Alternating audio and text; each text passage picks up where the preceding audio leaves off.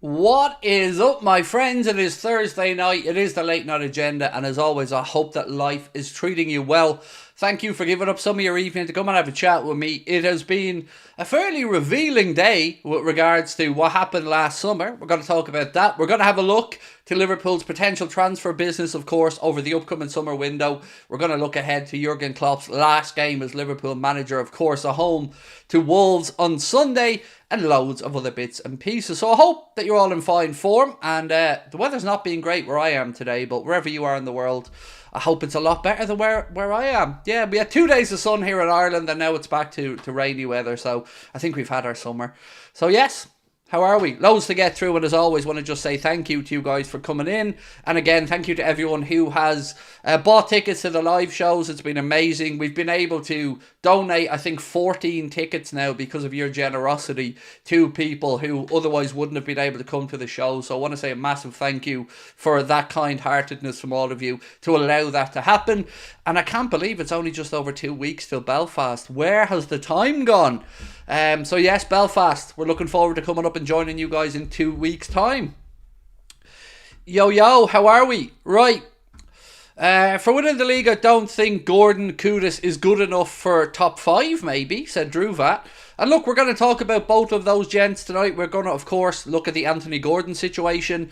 Fabrizio Romano and a couple of others have been speaking about Kudus as well. We'll have a look at that. There's some more stuff on Cresencio Somerville. I think, if I'm right, Leeds are winning their playoff semi-final 2-0. Go judging by the chat anyway, because I haven't had the game on.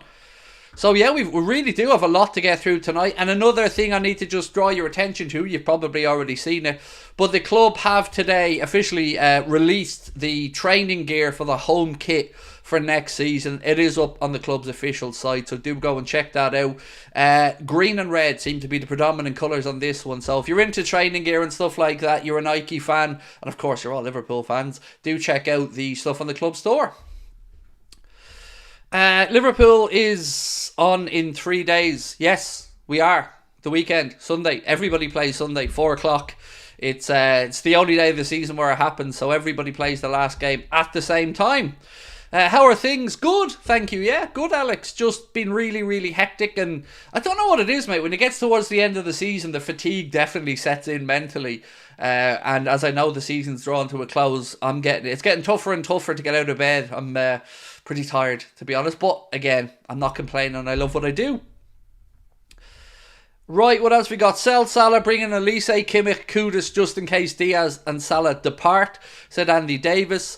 And don't worry, I'm going to give you the details on the title of tonight's stream about Mohamed Salah, and we're going to go through it. We're also going to talk about the interest in Anthony Gordon, how serious it is. But it is also, ladies and gentlemen, 3 years since that wonderful moment where Alisson Becker strolled on up against West Brom for a corner and just buried it with his head and saved us. So 3 years to the day. Where's that gone? Where has it gone? My God, I can remember that like it was yesterday. What a goal it was. Do you know what? It doesn't get spoken about enough. But that was a difficult header. That wasn't an easy header. Like, a centre forward would have been proud of that one. Craig, I cannot wait to see Slot on the job, said Rainman.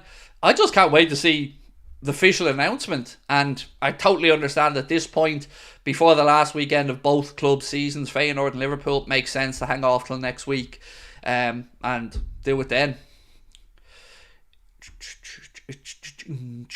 I'm going to... What's the whist? I'm going to have to change my name for Sunday. Oh, yeah, you are. After Sunday, yes. I mean, look, I'm still not ready for it. I'm not ready to say goodbye yet. It's going to be an emotional afternoon on Sunday. And I just want to give you guys a reminder as well. We're going to be starting a little bit earlier. So we're going to be starting at 2:30 on Sunday with a good 90-minute build-up, as well as a longer post-match show as well. So loads for us to get through. I want to just draw your attention to a couple of little bits and pieces before we get underway with the main news tonight. Something I spotted in The Athletic. City Football Group and UEFA are in dialogue over a solution which will allow Manchester City and Girona to both compete in the Champions League next season. Now, you're probably not going to believe what I'm about to say, but I do think it's right that both clubs should be allowed to play in the Champions League. I have my doubts about Manchester City playing in it for a very different reason. But I hate the idea of a club and a set of supporters being unable to play in the Champions League because of rules that, let's be honest, others have gotten around in the past. So of all the things that I'm going to complain about for Manchester City and all, this ain't one of them. And so it does look like that they will be able to play in the Champions League next year. Girona, I mean, currently I think second and third in La Liga, so about to qualify for the Champions League, and it looks like there will be a solution to that one. So again, let us know your thoughts on that. And again, the Guardian today have gone with Mohamed Salah and Alisson Becker among Saudi Pro League's top transfer targets for this summer. The Alisson stuff's really, really worrying me. I hope that we get some confirmation from somebody soon that it's absolute nonsense, that Alisson has no desire to leave. As each day goes by, my concern grows on this situation. Is Liverpool Wolves game even televised? I haven't checked the listings, but I have enough ways that I'll be able to watch it one way or the other. My friends, DAZN in Spain, will have it on. So one way or the other, I'll be watching the game. Don't worry. City Football Club should just sell Girona. For me, I don't... Look, I've a lot I complain about Man City, and rightly so in my opinion. But I don't mind the idea of clubs being owned by multiple teams playing in the Champions League. I guess the problem comes if they play against each other, right? But look, it isn't for me to sort out. But we've seen in the past the Red Bull and RB clubs figuring a way to get round it so both could compete in the Champions League. So I think when there's already been precedent set for it, I can understand if a decision allows it to happen. It's not like this is the first time it will have come into existence, so I am a little bit more understanding of it, but just a little bit. Craig, did you see Liverpool are supporting VAR? I did, Trevor. And you know what, mate? I'm genuinely shocked. I'm going to read you out something now that was a survey. So let me read this out to you and then see what you think. So the Football Supporters Association recently released details of its summer 2023 survey on Thursday morning, which included questions about attitudes towards VAR. So remember, this is the Football Supporters Association. So for those people who are inside the grounds, they were surveyed on VAR, and these are some of the results. It revealed that only 1 in 20, so just 5.5% of fans who had experienced VAR in stadiums rated their experience as good or very good. Almost 2/3 of fans, 63.3%, were against its continued use, with an outstanding 91.9%, so almost 92%, criticising the length of time it takes to make decisions, and 95% saying that the removal of spontaneity from goal celebrations is a major concern. So the reason I brought that up, just as you asked me about Liverpool backing VAR, is it feels like they just never listen. It feels like those in power at anywhere in football don't listen to the fans. The fans in every poll and survey that I've seen, and I'm not saying there isn't ones that say otherwise, but genuinely in every one that I've seen, whether it be on Sky, whether we held it ourselves here, whether it be on other platforms, everybody's sick of it. Everybody's sick of it. So I'm just astounded that they won't listen. That clubs in general won't listen. I know they've invested a lot of money in it. I know there are arguments that it would be going backwards. But you know what I don't believe? That they're going to get better. I don't believe that the PGMOL's officials are going to get any better. Because we've had it 5 years now. That 5 years has flown by. And I don't believe their stat about 82% or 84% of correct decisions rising up to 96%. I don't believe any of it, and football fans seem to be sick of it, but it doesn't look like we matter anymore, so it looks like they're going to press ahead. So here's where I'm confused. So I've just got sent something about Arne Slot, and it's quoted to Fabrizio Romano, and it said, and it was posted by Anfield Sector, Arne Slot is set to sign the contract with Liverpool in the next days. Now, if I'm wrong on this, pull me up on it. But I swear he said those contracts were already signed and that the paperwork was exchanged. I'm almost certain that something to that effect was said by Fabrizio Romano previously. Because I remember talking about it on a stream. I think we even titled one of the watch-along, or excuse me, one of the news streams or something about it. So, look, good news that the contract will be signed or whatever, but I swear I've heard that before. And look, we'll get our manager unveiled, or our head coach unveiled next week. Emil said he did. Yes, he did, said Mo Salah 11. We should get that banter technology out of the Prem. Too many mistakes with too many cameras and technology. It's shocking. It's not the VAR that's the problem. It's the people who run it. VAR is great if used right. Yeah, but that argument doesn't make any difference, mate. Because we're not going to get better people involved. So if we keep giving the PGMOL and the officials the benefit of the doubt, how has that worked out? In theory, I get what you're saying, but the system is also imperfect because fans inside the stadium aren't kept up to date, and IFAB, the football lawmakers, seem to be fighting the PGMOL, who want the referees to have the ability to be able to interact and explain what is happening to the fans inside the stadium. So I don't think it is solely down to those using the technology. I think there are genuine problems with the technology as well. 3-0 now.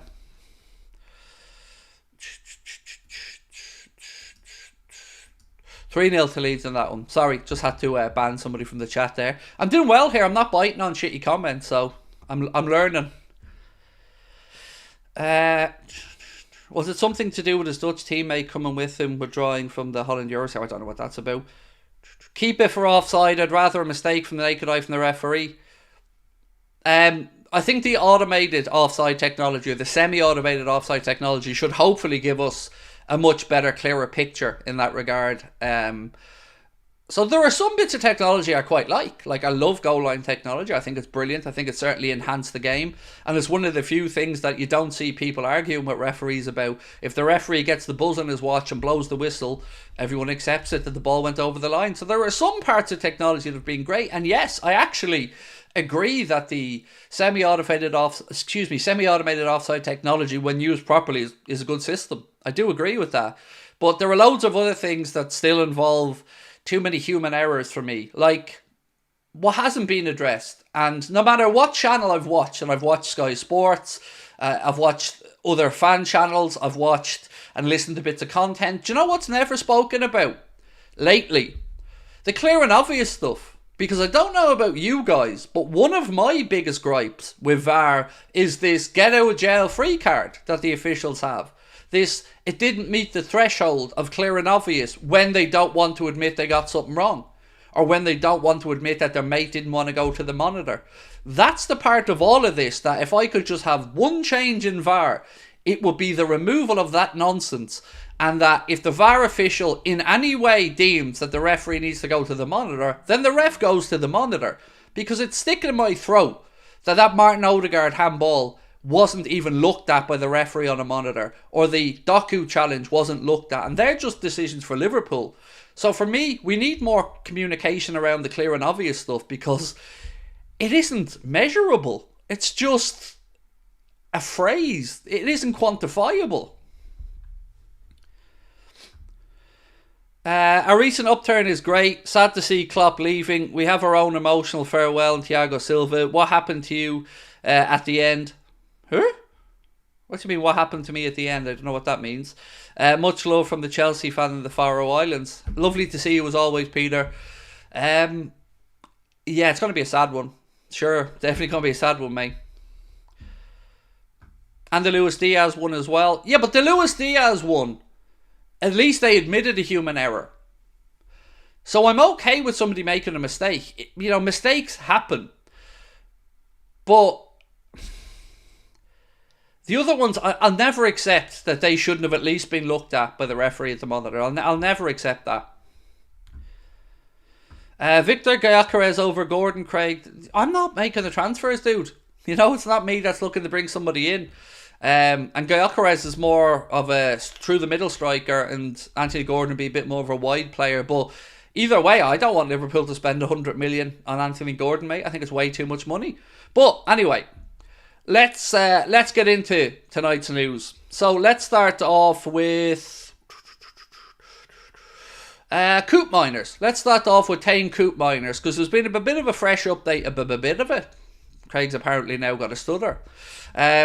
A fresh update has emerged around Coop Miners' future, which centres around reported interest from Liverpool. So journalist Emmanuel Carazzi explained why Liverpool and Coop Miners are following the same path as when Manchester United signed Rasmus Højlund. This piece was credited to Tutto Juve, but the Echo picked it up, and he said, Atalanta with Coop Miners is doing exactly what they did with Højlund. That is, Juve are interested, but let's wait. Let's see what offers arrive, because many British clubs, one of them, Liverpool, are also interested in Coop Miners. Here's the thing though, Liverpool don't do bidding wars, and because Manchester United were stupid enough to overpay for somebody, don't expect that to happen with Michael Edwards and Liverpool. So if that is the game that Atalanta are playing on Coop Miners, then I don't think Liverpool are going to buy. So for me, bidding wars, they're not something Liverpool usually get involved in. So I would say that's looking unlikely at the moment if that's the stance from Atalanta. Now, on Anthony Gordon, we got confirmation from David Ornstein that Liverpool do really like Anthony Gordon, but aren't expected to pursue him this summer because Newcastle have no intentions of letting him go. And I'm kind of relieved about that, because, again, somebody that was bought for 45 million and then looking for 100 million a year later, that's just silliness in my opinion, and I don't think he's yet a 100 million pound footballer. So, again, no surprise that we liked him, because he did come through the Liverpool Academy before leaving at the age of 11 to go to the Everton Academy. So, yeah, I don't think there's going to be an offer going in there unless something very, very drastic happens. There needs to be a clear regulation so it's not dependent on what the ref feels like. Exactly. Like, clear and obvious is not definable in a game where there are subjective decisions. Right, so people saying Salah going out soon. Right, I feel like we talk about the Salah situation now, okay? And I need to give you context. So, many of you guys have come into tonight's stream and are probably wondering about the title. There's probably people yet again saying, oh, here's Craig with his sell Salah agenda, yada, yada, yada. Fair enough, but this isn't on me. This comes from somebody who, if you're aware of the stature of this man in Saudi and in sports, you will know that this is quite serious. So let me bring this up on screen for you, and you can see the quotation and you can make your own mind up. So let me bring this up. So, Mr. Turki Alalshikh, who is a really, really, really powerful man in the world of sport, and certainly in all things Saudi Arabian sports. He was on the Ariel Helwani show, and they were speaking mainly about boxing and about MMA and all the events that Saudi are putting on. But then Ariel, just at the end of the interview, asked him about Mo Salah. He said, is Mo Salah coming to play in the Saudi League next year? To which Mr. Turki Alalshikh said, I don't have that information, but I have information last year he accepted, but Liverpool changed their mind in the last second. He had accepted, and I think this is one of the problems that he has this year with his team. So, before anybody wants to have a pop at me again, see where this has come from. This has come from somebody very, very, very, very, very well connected in Saudi sports. So, he wanted to go last summer. And if he wanted to go last summer, I believe he'll want to go this summer. And that's why, along with other things that I've heard, I've always believed this was going to be the summer that Mohamed Salah gets sold. Now, for people who want to have a pop at me, throw their toys out with a pram, go ahead, but it ain't going to change anything. The man said what he said. He's a more than credible source. And I feel like people need to give me a bit of a break, because I've gone through a bit of abuse over this Salah stuff simply for having an opinion that is a semi-informed opinion and a logical opinion. So for me, it's bye-bye in the summertime. So Houl said Turkey is 100% truthful.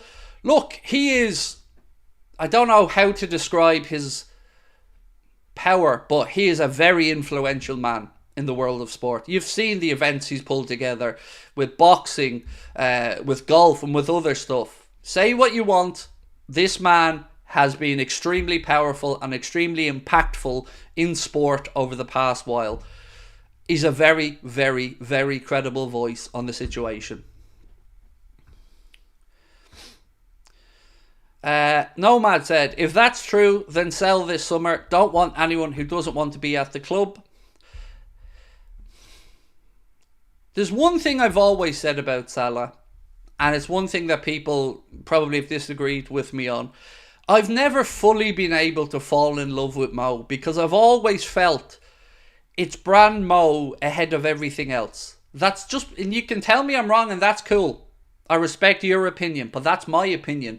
And I've had so many instances where I felt like the whole conversation has been detrimental to the harmony inside the club and inside the fan base. So for me, I'll never say I want to see the back of somebody who has been as tremendous, as influential, and as good for our football club as Mohamed Salah has. But you know what you won't see? You won't see Rami Abbas Issa jumping onto Twitter to undermine that man. You won't see him jumping on there to say that that was a lie. Because, as I said, very, very influential gentleman who knows what he's speaking about. Ashton said, I'm so annoyed. Salah's my favourite player, but he hasn't been performing good recently. Look, Salah's numbers have been okay this season. I'm not here to try and undermine the man's numbers, but it's been very evident to me that he's dropped off in a lot of areas. And if somebody's willing to pay a substantial amount of money, why wouldn't you cash in on a 32-year-old heading for 33 who has given you tremendous service? And as I've always said, his stature, his place in Liverpool folklore and history is cemented 100%. Those records will stand the test of time, and he deserves all the recognition he gets. But we need to stop turning on each other. We need to stop burying our heads in the sand and thinking that everything's great and that money doesn't rule everything. It does. It does, my friends. Money is a massive motivating factor in these things.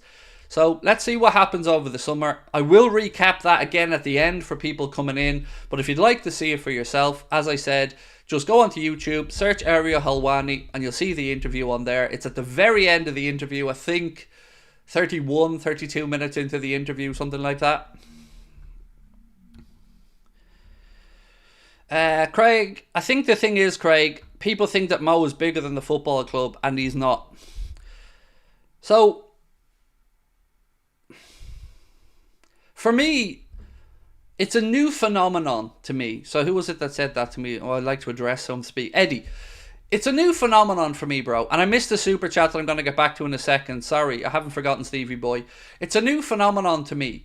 Because I've never had a player at a football club since I've supported Liverpool that people are more, some people are more enamoured with the gentlemen themselves than the club. It's a new phenomenon to me. And I'm not here to judge how you support sport.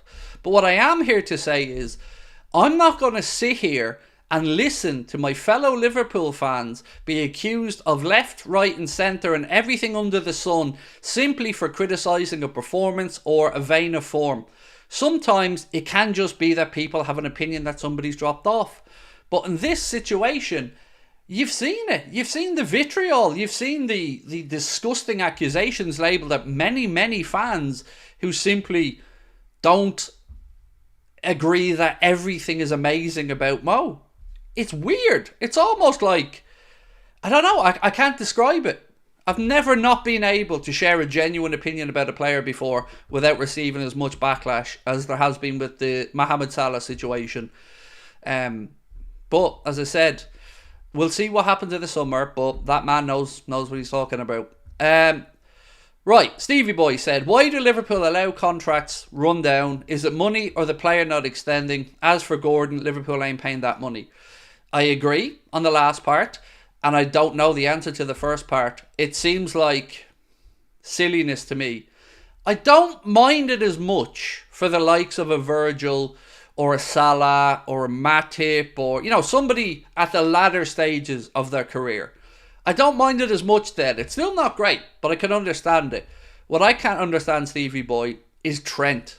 How do you let Trent get down to the last year of his deal? And again, a quote from David Ornstein really has me scratching my head. Liverpool prefer to retain all three, Virgil, Trent and Salah, but there are many considerations on both sides before we establish an outcome. Liverpool don't want them to enter the final 12 months of their contract, but that is possible.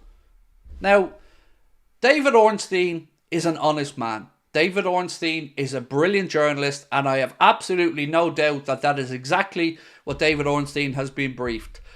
But it doesn't make sense. How can you say you don't want them to get to the final 12 months of their deal when 13 months out, 1 month to go, there's still no new deals, no offers? It's a mess totally of the club's own doing, unless there's a reason financially that I don't understand, or maybe we've missed. It's madness to me. Madness. You're running the risk of potentially losing Trent if he wanted out, and I hope he doesn't, for pittance. It's madness. So how can they be briefing that? Because we had these conversations, I want to say these conversations went back, let's say October, November. There was talk that in the new year these contracts were going to be dealt with. Then the Jurgen Klopp announcement came out. Then the club, of course, had to go and put in a new sporting director, and Michael Edwards came back in, Julian Ward came back, and all the other stuff happened. But you can't go saying you don't want him to go into the final 12 months when we're a month out from that happening. It doesn't feel sincere to me. Late in, can somebody update me? Don't worry, Tanya, I'll go back through it all. Thank you for your super chat, my friend. Barry, how are you, my man? Thank you for your super chat as well, bro. Said, hi Craig, I'm actually shocked there, mate. Thought Mo wouldn't want Saudi yet and would want high level football still to win the meaningful trophies. If this news is true, 100% he has to go and us to cash in. So,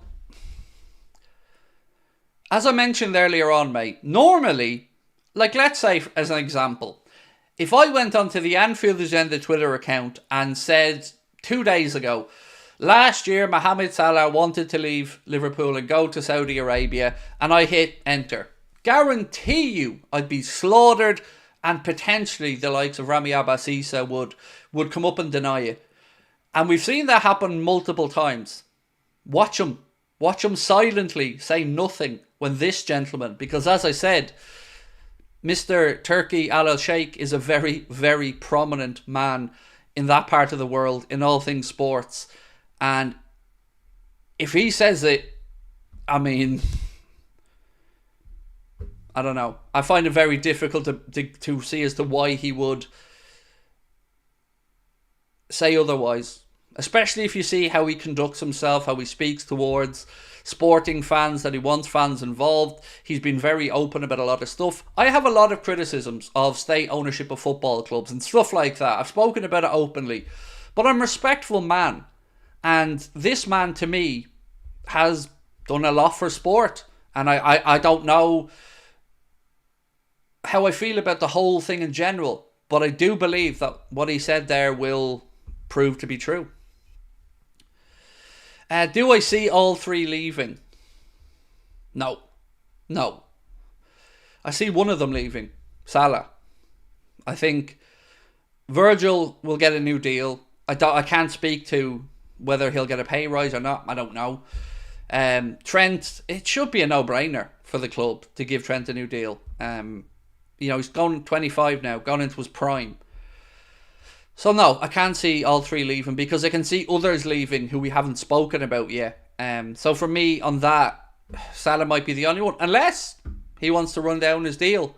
And I'm going to say something now that is going to get me in trouble.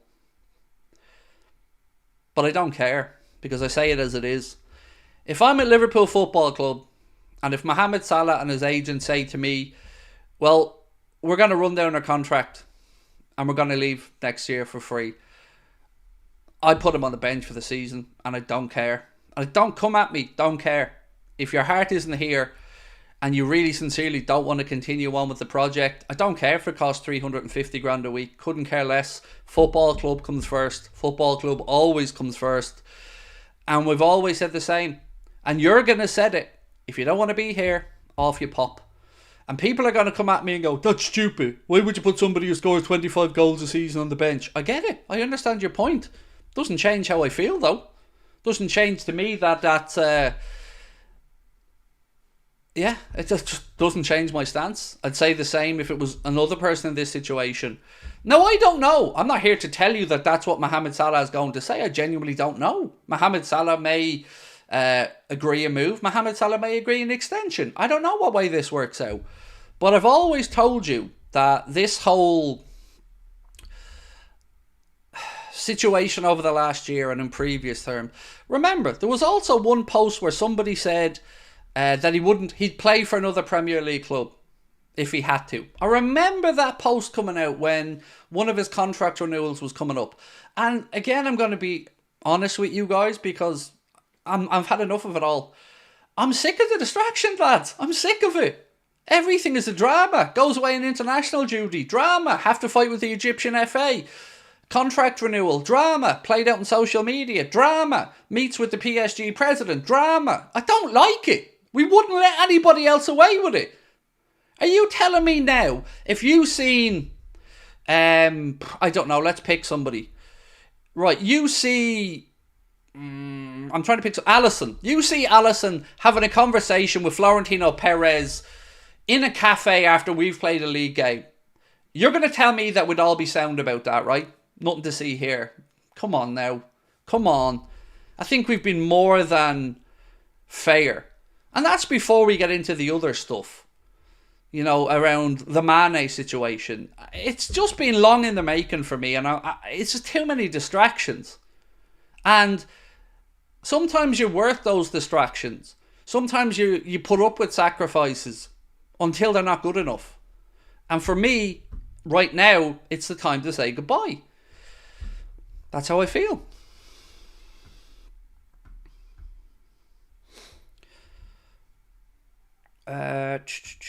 We were the same with Pogba when he was at United, said Paul.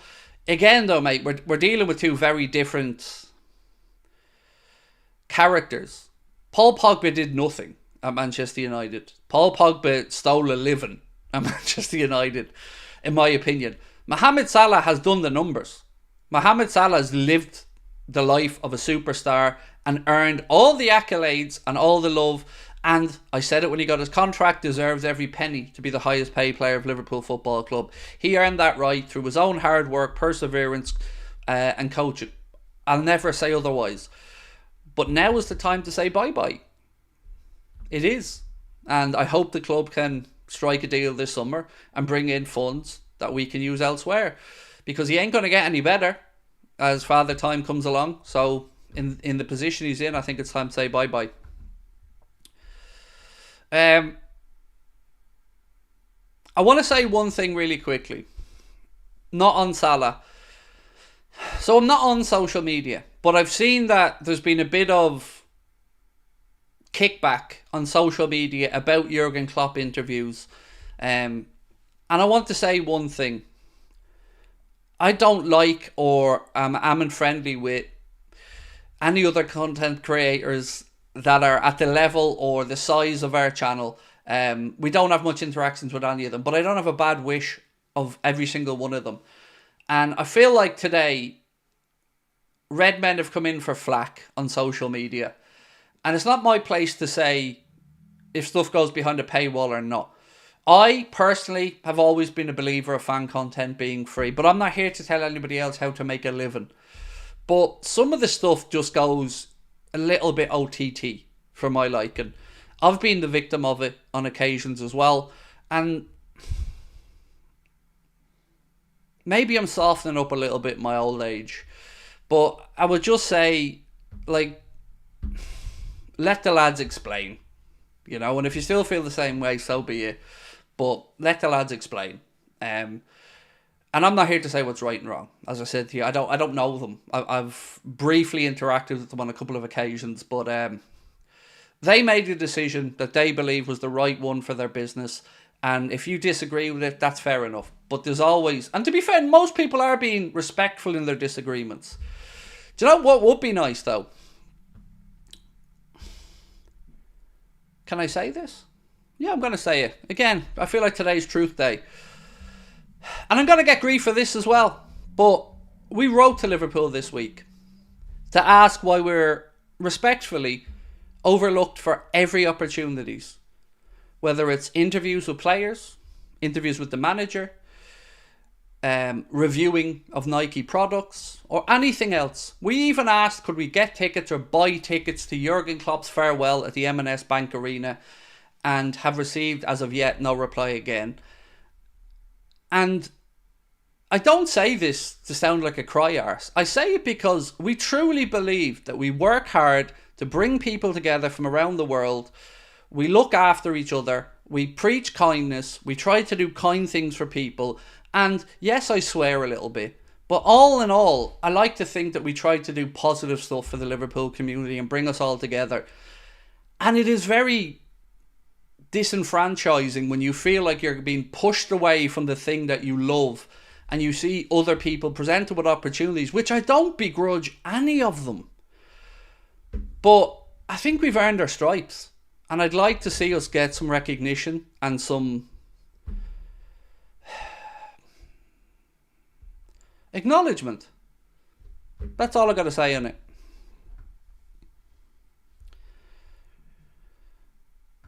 It's going to be a crazy transfer window in the summer. Man United will be on an all our favourite players. Salah hasn't been the same since the injury. Yeah, look, he hasn't. And that's okay. He's not the first person to come back from an injury and struggle. David said, Craig, it's because you're a man of truth. The club only wants yes men to interview Klopp and the players. Again, I don't begrudge anybody an opportunity. I personally think the lads at the Anfield Wrap, Redmen TV and all, I wish them nothing but success. I wish them happiness in their lives, and I don't begrudge them their opportunities. I just feel like I think we've proven ourselves. Whether you want to admit it or not, we're the most watched Liverpool fan channel on the planet. And we live in Ireland. And we bring people together from around the world. People who have felt disenfranchised because they weren't born in a certain area, or maybe looked down their nose upon. And we wanted to give people a home to feel welcomed.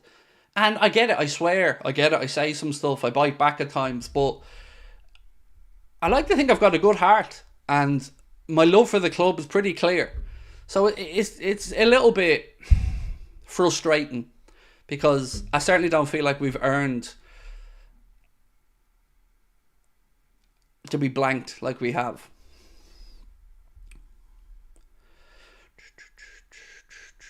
Right, let's keep going. More transfer news. Lucho, I feel like I'm talking about nothing but player sales at the moment.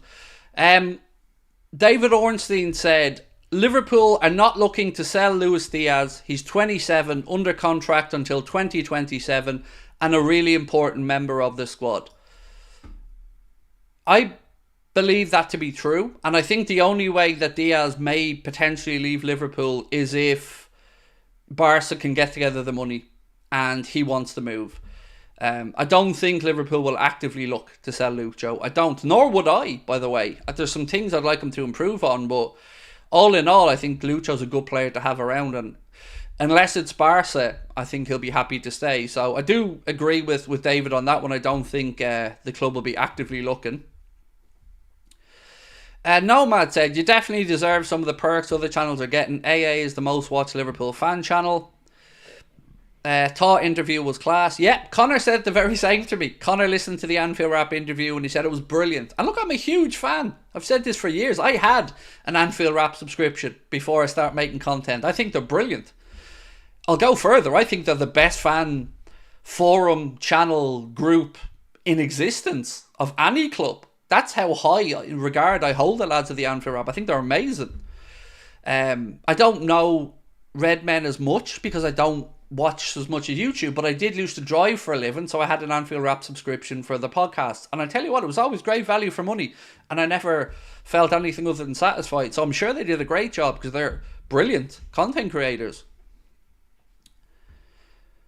What is the Klopp farewell in the M&S Bank Arena? So it's basically just going to be some music, there's going to be a Q&A, there's going to be reliving special moments and all that kind of stuff. So, you know, to not even get a response to, can we buy 2 tickets to that, please? It just feels like, I don't know, like, just why? Like, what have we possibly done to earn such blanking from the club? I get it, like, we're not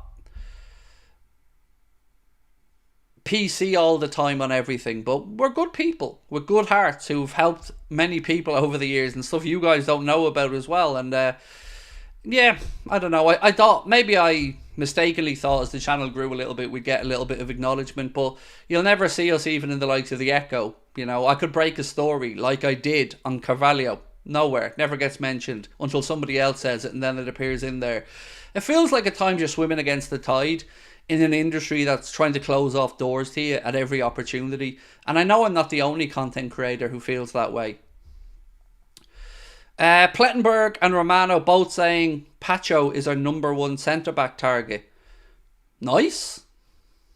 That's the guy from Frankfurt, correct? Pranav, if I'm not mistaken. Yeah, I don't know much about him, to be honest with you, but if both of those, well, I don't really care what Plettenberg says, to be honest, but if Fabrizio says it, then, you know, let's see what happens. So Anfield sector are now clarifying the tweet saying everything is signed between the clubs, but Slot hasn't signed the contract yet. Makes sense. And by the way, they're another great account, Anfield sector. As I said to you the other day, people who swear make better friends and are more intelligent. I just love swearing. And I've toned it down. You may have noticed that. I've toned down my swearing, but I do love a good swear.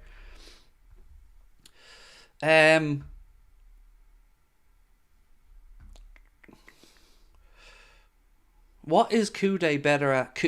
What is Kudus better at than Elise?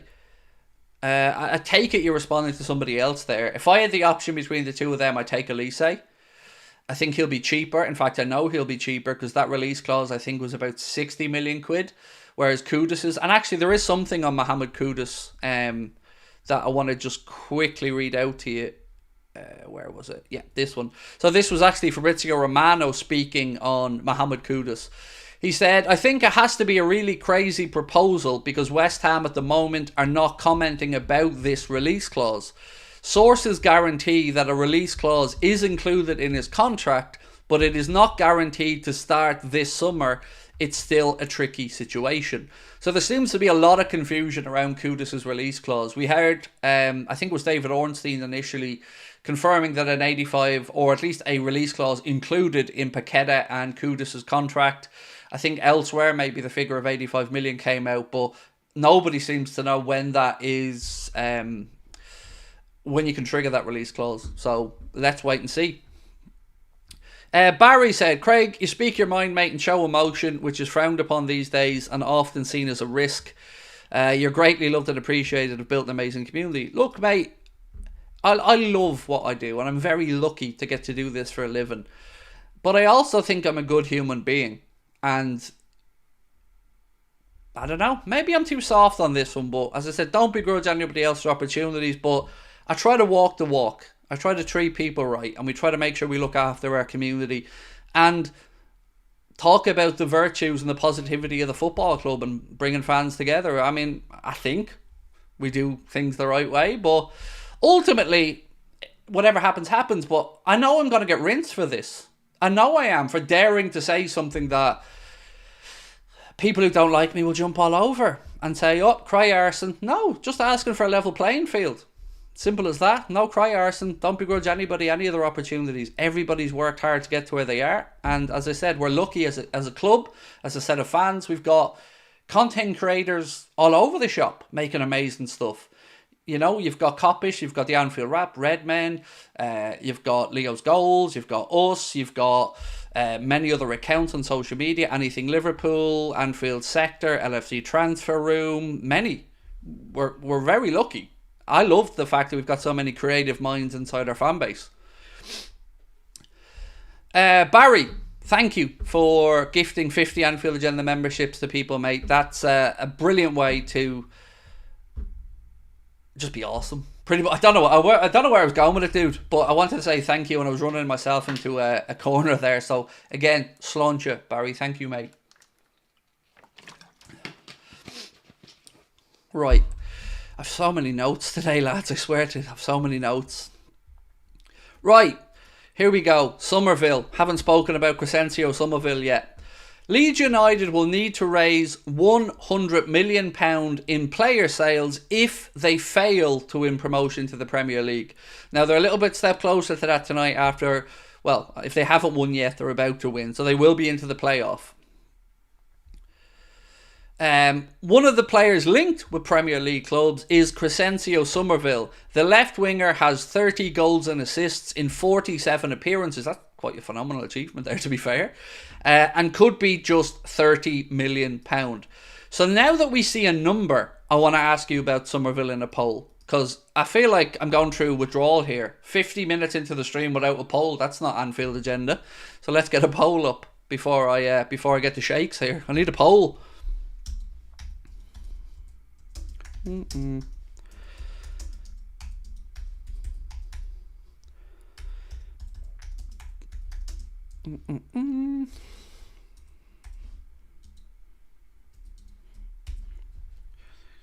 Cool. So question is simply, would you take Somerville for £30 million? I will leave it up to your good selves to say yay or nay, and we'll come back to that in a little while. What else have we got? We've done Jason McAteer. Yes. So Jason McAteer has been speaking about something that I don't think a lot of people speak about. Not enough for my liking. But he's been speaking about the Manchester City situation a little bit and title races. And he was on beIN Sports. I think he was talking to Richard Keys. I might be wrong. But regardless, I don't like saying that man's name. Not Jason McAteer, the other dude. So my team, Liverpool, have taken them to the wire. They've been so close a lot of the time. And it does stick in your throat when you think how close we've got to them and how many titles we could have won. You look at the circumstances where they can essentially spend whatever they want and they've got fantastic lawyers and even better accountants, it does stick in your throat. I asked the question last night. Mikel Arteta is so close to the title. Last season they slipped up with a few games to go, but this year they could win it on the final day. If they lose it, what is going to go through his head with Manchester City? How they do their business and these 115 charges.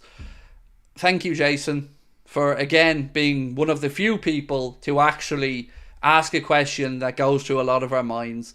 I've said this about Arsenal fans for ages. You know, we know what it's like to lose the title to City by a point or two. We know what it's like to go through a season needing to be almost perfect and still maybe come up short.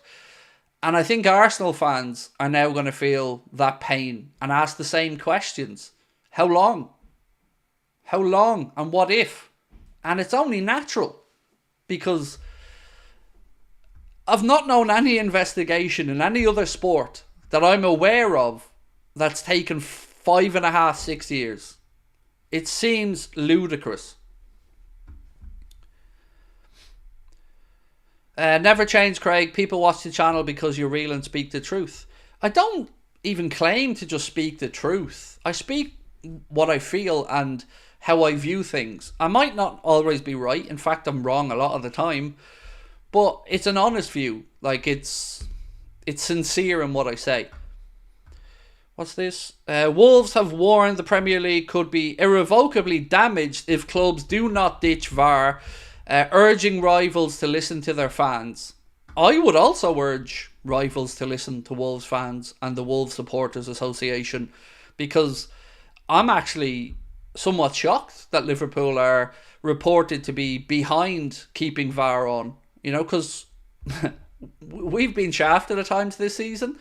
So I do feel like there needs to be a bigger conversation around this. We read the poll out earlier on, and if you weren't with us, let me just read it out for you again, because it really is important. If you want to know how the fans are feeling, then you go and survey them. And that's exactly what the Football Supporters Association did. They released details of its summer 2023 survey today. It had questions basically about VAR, and it revealed that only 5.5% of fans who've experienced VAR in stadiums rated their experience as good or very good. So 94.5% of fans didn't agree with the statement that it was good or very good. Almost 2/3 of fans, 63.3%, were against its continued use. So 63% of Football Supporters Association fans who were surveyed don't want VAR. With 91.9%, so 92%, criticising the length of time taken to make decisions, and 95% saying the removal of spontaneity from goal celebrations was a major concern. Now, we had our own one here, and of course, much smaller sample size. I think it was about 72% wanted rid of VAR. The one I seen on Sky Sports yesterday, at the time I voted, and then when Connor voted on it, was 73%. So why aren't people listening? Why aren't football clubs really getting into dialogue with the people who are suffering? And this is one of those occasions where I genuinely do believe the match-going fan has been shafted. Because, you know, we get to see and hear some stuff from broadcasters, whatever, at home. But inside the stadium, like, what was our goal the other day? Cody Gakpo's one. 3.5 minutes? Something like that? Now imagine you're sitting inside Villa Park there just kind of waiting. Players' legs are getting cold. It's just madness. And they don't seem to want to listen. It baffles me. Genuinely baffles me. Craig, you're an absolute gem. Shout out Barry. Yes, shout out Barry. Thank you so much, mate. Appreciate you. And Tanya said, Barry, thank you so much. Love that, Tanya. Well in. Yes. So, yeah. For me, look. I get the argument that it's those who operate the technology. But I'm also of the belief that I don't think we're just going to bat an eyelid and all those officials are going to change and all of a sudden new people are going to be there. We get the promises every summer. We get the promise last year of improvements. We got the promise before about improvements. And this year, for me anyway, this feels like the worst year of all for VAR. It feels like it's become farcical at times. And why don't they listen to fans? It's a fan-led sport. I don't get it.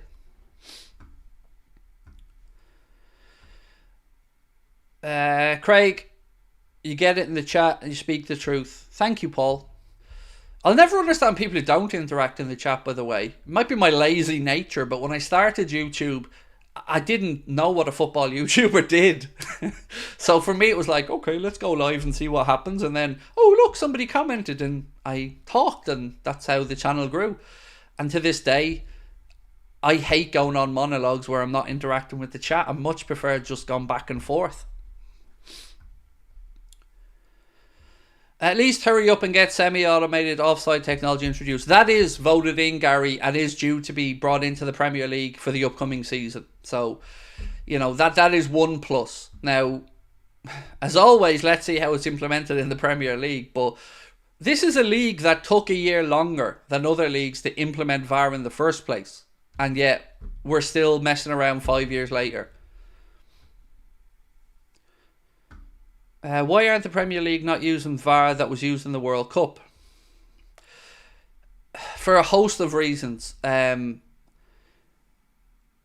have, like, the Premier League, to their credit, and PGMOL, and you don't often hear me giving the PGMOL credit, but to their credit, they are trying to get it to a point where the referees can announce some decisions inside the stadium. And to the best of my understanding, it's IFAB, who are the football lawmakers, the ones who set the rules for football, that are pushing back against the PGMOL, who want referees to explain some processes on their microphones. So sometimes there's external forces as well.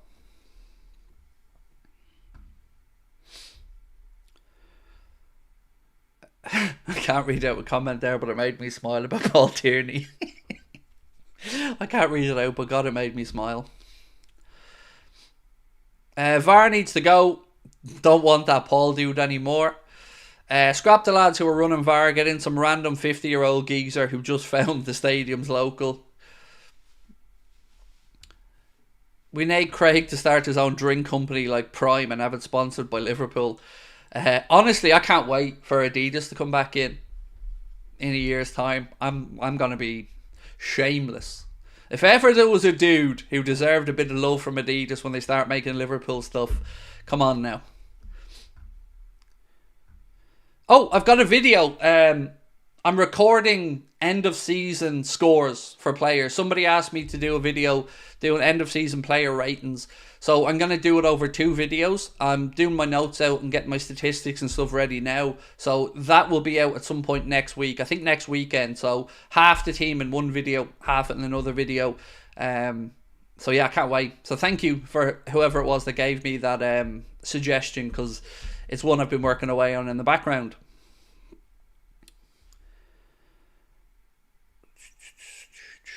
VAR needs to be revamped. Right, so here's a question. What would you do to improve VAR if you were in charge of it right now? What were some implementations that you would like to see IFAB or the PGMOL introduce to improve the process of VAR? And removing Paul Tierney isn't allowed. Toxic Edits, it was you, was it? Well, whoever it was, thank you. If it was yourself, mate, thank you. I've been working away in it in the background, and I should be able to get it all sorted now for next week. Ryan O'Connell said I would bring in semi-automated technology. I think that, yeah, and that's going to happen. And I like it as well. I like that semi-automated technology. Make it quicker, says Oliver Hunt. Yeah, I think most people would agree with you on that one, mate. To have audio. Yeah, again, I think you're preaching to the choir. I think most people would agree with you that certainly those inside the stadium should have the opportunity to listen. And I think it could be a little money earner here as well, by the way. Imagine do you ever go to the snooker and you see the little earpieces, or other sports, you see them have little earpieces where they can hear commentary and stuff. Imagine you could have that in your ear as well for these type of things. You could sell them for a few quid a pop and increase your revenue inside the stadiums. You're welcome. Do you agree with me? I think it's a waste of time sending the ref to the screen when they're going to overturn the decision anyway. They should just go with the VAR official and save time.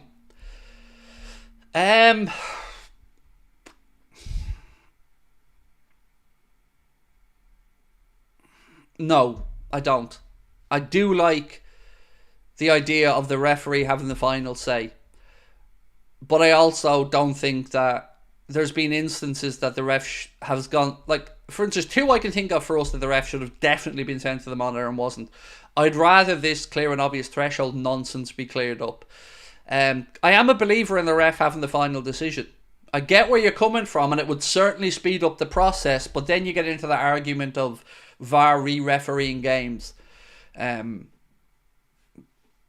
so that's my take on that part of it, but I do appreciate and understand where you're coming from. All sorts of everything. Every time that name comes up, dude, I'm singing the song of all kinds of everything, la la la la la, in my head.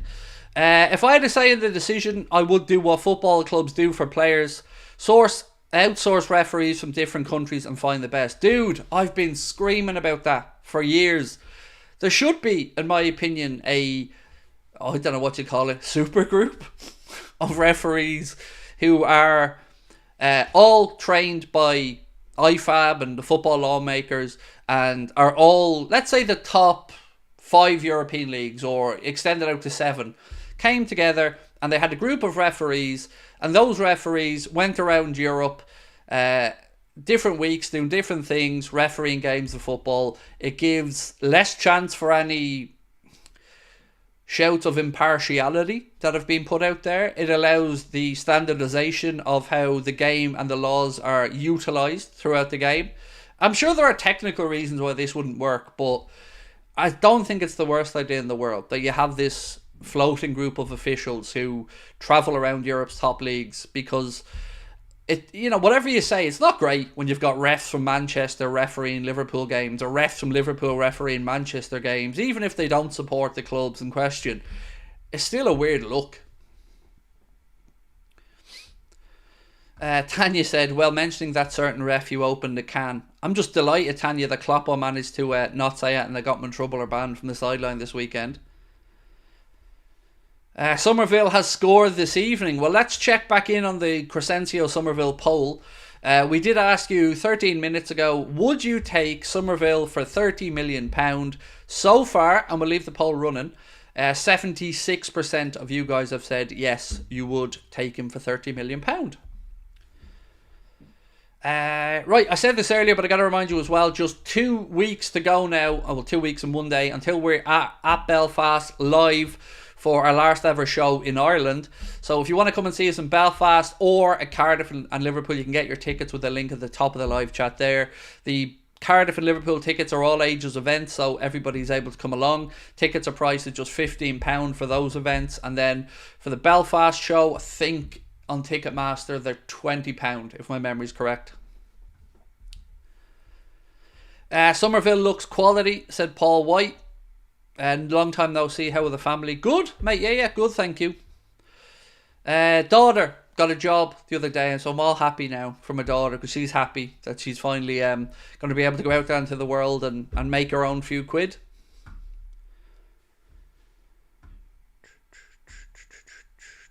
I'm stunned that people blame VAR when the rules change every match. Nothing to do with the technology, but the people operating it. Yeah, but they kind of go hand in hand a little bit, my friend. There's a valid point to what you're saying, absolutely. But it's the lack of consistency. I'm sure if somebody had the time, for instance, to go through Ref Watch on Sky, you will see Dermot Gallagher and others, but Dermot Gallagher in this instance, giving different answers to similar situations. It's the hypocrisy of the whole thing that gets me, mate. And again, the protocols aren't being followed. Why are you sending them over to look at a slow motion replay and the game ain't played in slow motion? If you need to look at it in slow motion, then, it's clearly not that clear.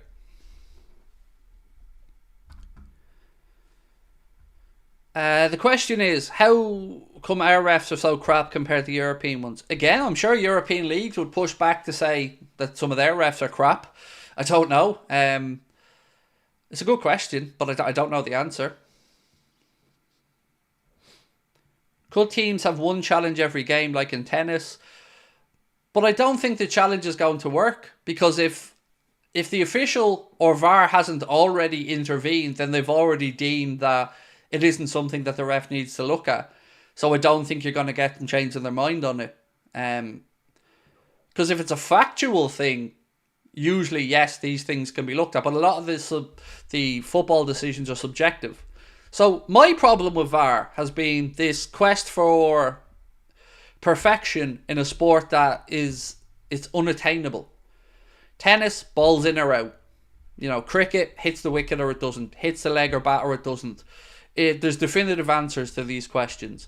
Football, there are subjective calls. But you look at how rugby, as an example, deals with video referees, and it's far better. Far more professional, far more streamlined. I'm not saying they get every decision right, but people are much better informed.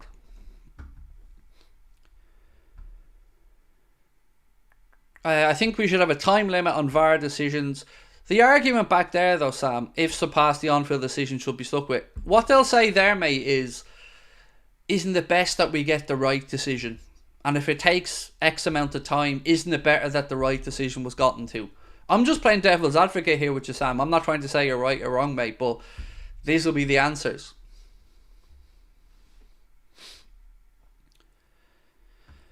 Any chance of a recap of transfer rumours? Just catching up now. Yes, absolutely. Sorry. Right, where do I start then? So, Mohamed Kudus. Let's start with him. Fabrizio Romano has said, I think it has to be a really crazy proposal to West Ham if somebody wants to buy Kudus. At the moment, West Ham are not commenting about the release clause. Sources guarantee that a release clause is included in his contract, but it is not guaranteed to start this summer. It's still a tricky situation. one on Coop Miners, which I covered earlier on as well. This, again, credit to the Echo for this piece, but they have signalled Tutto Juve as one of the sources. It said, now a fresh update has emerged around Coop Miners' future, which centres around the reported interest from Liverpool. Journalist Emanuele Corazzi has explained why Liverpool and Coop Miners are following the same path as when Manchester United signed Rasmus Højlund last summer, and why a similar situation may happen again this summer. Atalanta with Coop Miners is doing exactly what they did with Højlund. That is, Juventus are interested, but let's wait. Let's see what offer arrives, because so many English sides, and one above all, Liverpool, are interested in Coop Miners. There's no way Liverpool are going to get drawn into a bidding war for a player. It's not the way we go about it. We're not Manchester United. We're not going to go and have our pants pulled down and pay stupid money because a few people want a player. So yeah, for me, I've seen the number go up from 60 million euro to 70 million euro in another article, and he ain't worth 70 million euro. As good a player as he is, he's not a 70 million euro player. On Somerville, so Craig Hope, I don't know if Craig Hope writes for the Mail. I think it's the Daily Mail, but excuse me if it's the Mirror. Said Leeds United will need to raise 100 million in player sales if they fail to qualify for promotion to the Premier League. One of the players linked with Premier League clubs is Cresencio Somerville. The left winger has 30 goals and assists in 47 appearances and could be just £30 million. Then there was a piece that said, from David Ornstein, Liverpool are not looking to sell Luis Diaz. He's 27, under contract until 2027, and a really important member of the squad. Then there was, again, a comment from David Ornstein saying Liverpool really like Anthony Gordon but aren't expected to pursue him this summer because Newcastle have no intention of letting him go. And again, credit to Anfield Sector there for that one. Another piece that came out, again, credit to Mr. Ornstein, said Liverpool prefer to retain's a word now. Liverpool prefer to retain all three, Virgil, Trent and Salah, but there are many considerations on both sides before we establish an outcome. Liverpool don't want them to enter the final 12 months of their contract, but that is possible.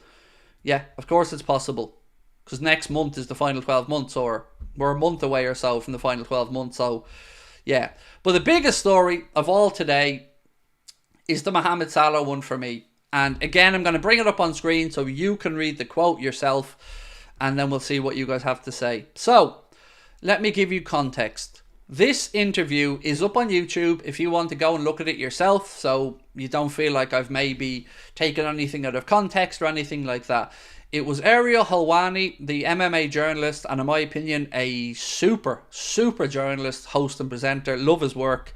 He was speaking to Mr. Turki Alalshikh, who is head of the Saudi Commission that is making all the big boxing events and other stuff like that. And right at the end of the interview, he happened to ask him about Mohamed Salah. And I'm going to show you the transcript now.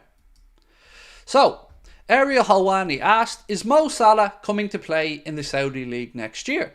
Mr. Turki Alalshikh said, I don't have that information, but I have information last year he accepted, but Liverpool changed their mind in the last second. He had accepted, and I think this is one of the problems that he had this year with his team. Now, I don't know how to interpret that last line. I think this is one of the problems that he had this year with his team. I don't know if he means one of the problems through potential signing, or one of the problems that may be festered behind the scenes. And I don't want to speculate because I don't know the answer. But what I can say to you is, like I said earlier on, this gentleman is extremely well connected, powerful, and impactful in the sporting world. So you don't need to come at me about this one. It's not me that's saying it. I detect manipulative BS. Absolutely, mate. If you feel like it's manipulative BS, that's fair enough. He could have gone completely different with it if he wanted to paint it that way. Could have thrown in something like, but he's more than happy to revisit it this summer or something like that. For me, I tend to believe that he would have taken the deal. That's me, and I think we'll see him leave this summer. But as I said,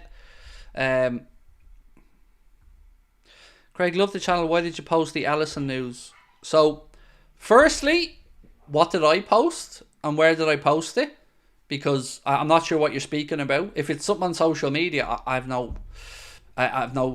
nothing to do with our Twitter or social media accounts other than here. If it's something I've said on here, happy to speak about it. But all I've done is read out a story that was written by somebody and we talked about it. I don't ever claim any of these things to be my information unless I come out bluntly and say, I've been told this. The Alisson story is one that we read the other day. And say what you want about the story, but again, The Guardian have said Mohamed Salah and Alisson are among Saudi Pro League's top transfer targets. Dude, you've got to remember one thing. I love Alisson Becker. I don't want him to go anywhere. I'm hoping very much that all of this is nonsense. But it continues to grow. The stuff about his house, I actually debunked on here to try and calm people down. I said that rumour of the house is a house that he moved out of 6 months ago and he didn't own. So we put that story to bed. It feels like you're having a pop at me on that one. And again, I just report what has been said and we talk about it. Tends to paint Liverpool as villains. No, it doesn't. Not in my opinion. I think Liverpool just didn't want to sell him last year. And I very much believe that because we turned down an offer. So I genuinely believe the club just weren't selling last summer. And, I can't speak to whether Mohamed Salah definitely accepted the proposal. I can't speak to that because I'm not there. But I definitely, we've all seen the offers that were turned down. Who was your best Liverpool player this season? For me, over the course of the season, and there's been ups and downs, I would say I think the most consistent has been Virgil. But again, nobody to me has really shone the entire season. I think there's been ups and downs.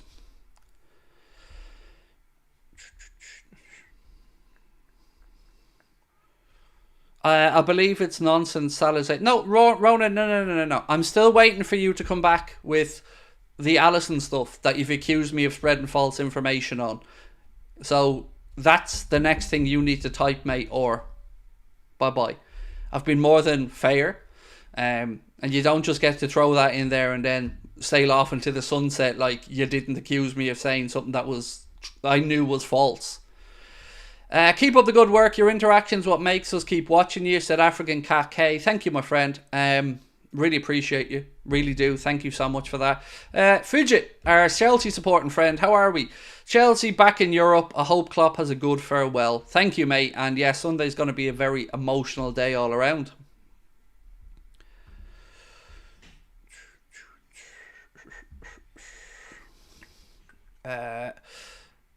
Okay, where else should we go? Definitely concerned with contracts of Trent, etc. Thought things would have been sorted. Maybe we'll hear by Sunday.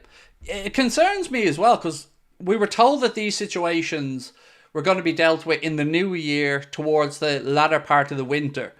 And then, look, I understand that Jurgen made his announcement then and the club's situation had maybe changed, but also the club knew in November what Klopp was going to do. So if they were briefing journalists to say that the contracts are going to be sorted soon, I don't know. I just find it mad that they've let this situation happen again. Trent, Salah, Virgil, we're not talking about three no-marks here. We're talking about three of the club's most important players. And all of them have been let run down their last year. And the one that sticks in my throat most, of course, is Trent because he's 25. He's in his prime. And Real Madrid are hovering around. And Bellingham's at Madrid. And he's mates with him there. And I hope there's nothing to it. But I tell you, it definitely does have me a little bit concerned until we see that announcement. And look, I truly hope that Trent signs that new deal and it's all straightforward and we're all good to go. Certainly Virgil has come out and said that he loves the club and plans to be here. So it looks like Virgil wants to be here as well. So again, we'll have to wait and see.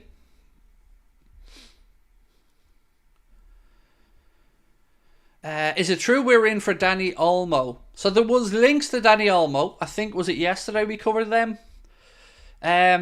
We have been mentioned along with Barcelona and a couple of others. Ugarte is the one that interests me, by the way. If PSG are willing to sell Ugarte, then I would definitely want to be in that conversation.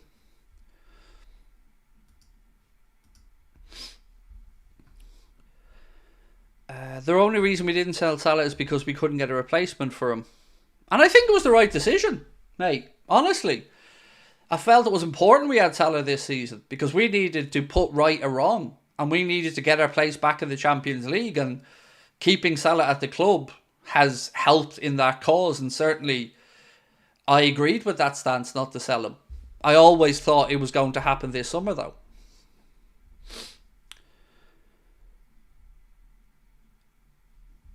What else we got? Not going to lie, Craig, I'm more than likely going to cry on Sunday. As our friend in the chat there said, you probably won't be the only one. It's I just hope we put on a resounding performance. And I've gone a bit ballsy with my prediction, and that will be out tomorrow at about 5 or 6 o'clock. Did I see what Romano posted about Pacho? I haven't seen it directly, but some other people have mentioned it to me. But I haven't seen it directly, no. Somebody said that he's our number one target. It's now 5-0 to Leeds. Wow. Craig, any news on the Arne Slot announcement?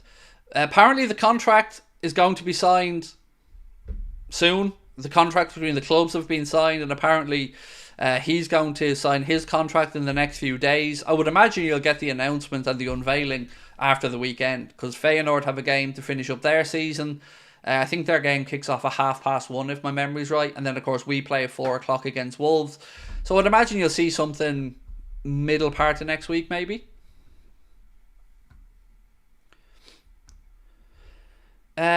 Only channel on YouTube. I watch, Craig, keep it going. Could you do a shout out to my wife and kids, please? Sarah, Cameron, Jacob and Max. Of course, Daniel. Sarah, Cameron, Jacob, Max, thank you all for watching. Thank you all for being Reds, most importantly, even if you're not. But most importantly, thank you for letting your husband listen to this ranting Irish lunatic and your dad listen to this ranting Irish lunatic. Much love to you all.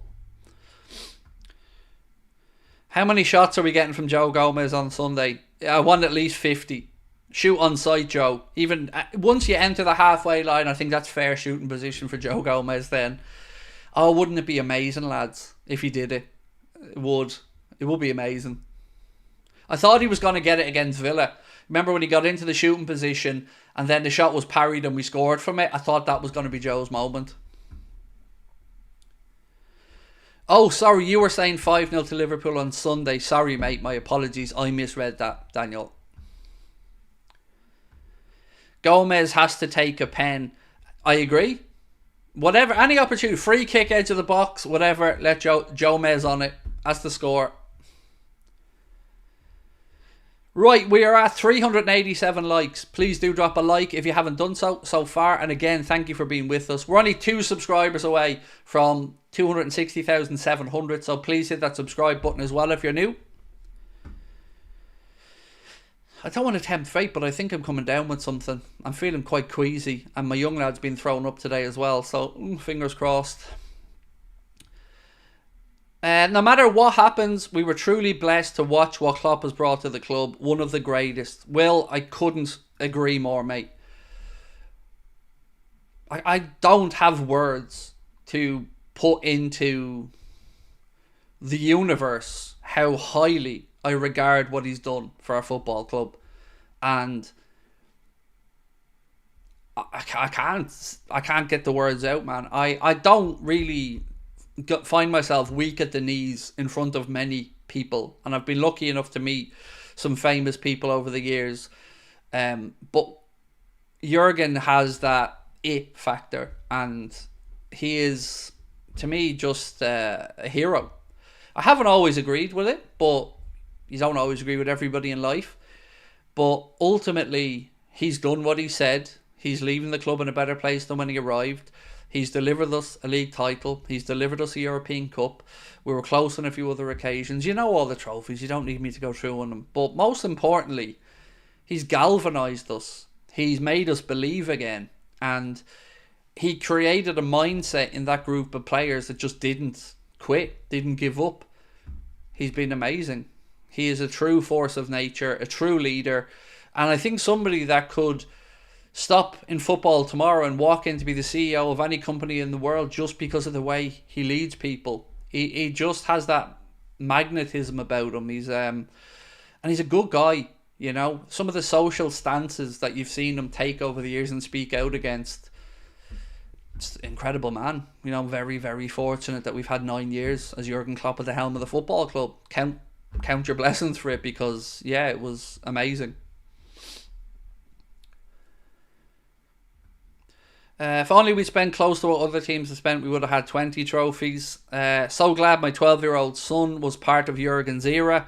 Absolutely, Alan. It was a great time to be around, you know. I wasn't old enough for the Fagan, Shankly, Paisley era.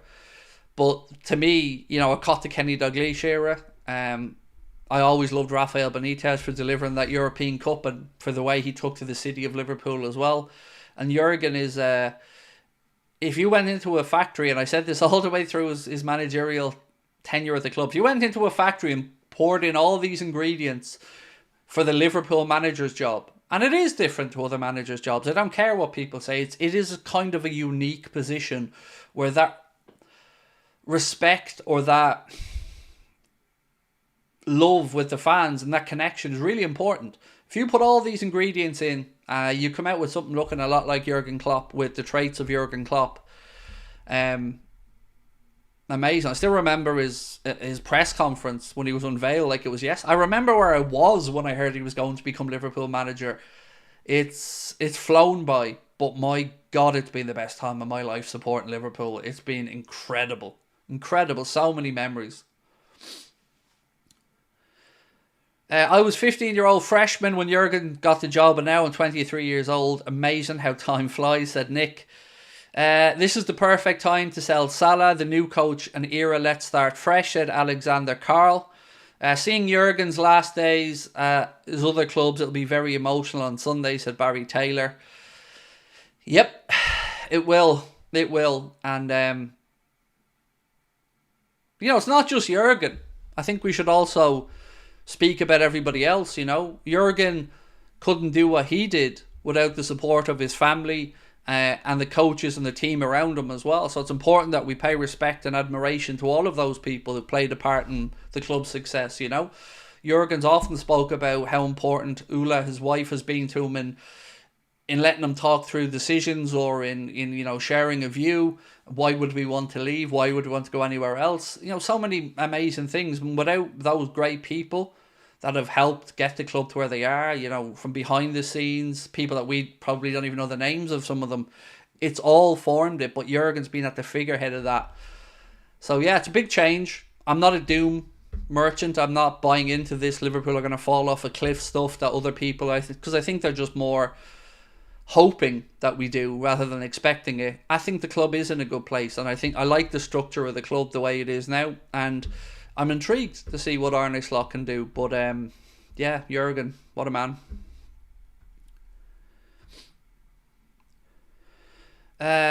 Give Joe Gomez a man bun and the Nunes shirt and stick him up top on Sunday. Nobody will know the difference, said Mac.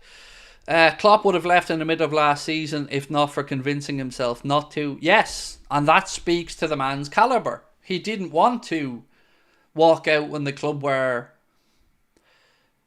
not where he would want to leave. And the rebuild and getting back into the Champions League and delivering another trophy this year, you know, all of these things speak to the character of the man. And yeah, whatever send-off he gets, however the event of the M&S Bank Arena goes, it still isn't enough. You know, we still owe him more.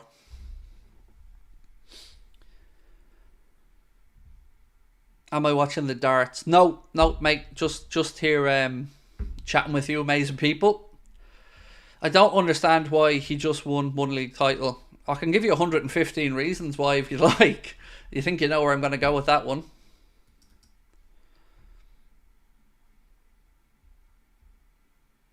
Sorry, I'm scrolling through notes here on stuff. Okay. Cool.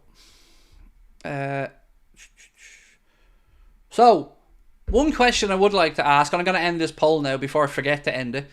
Would you take Somerville for 30 million? 72% of you guys with over 1,000 votes have said yes, you would.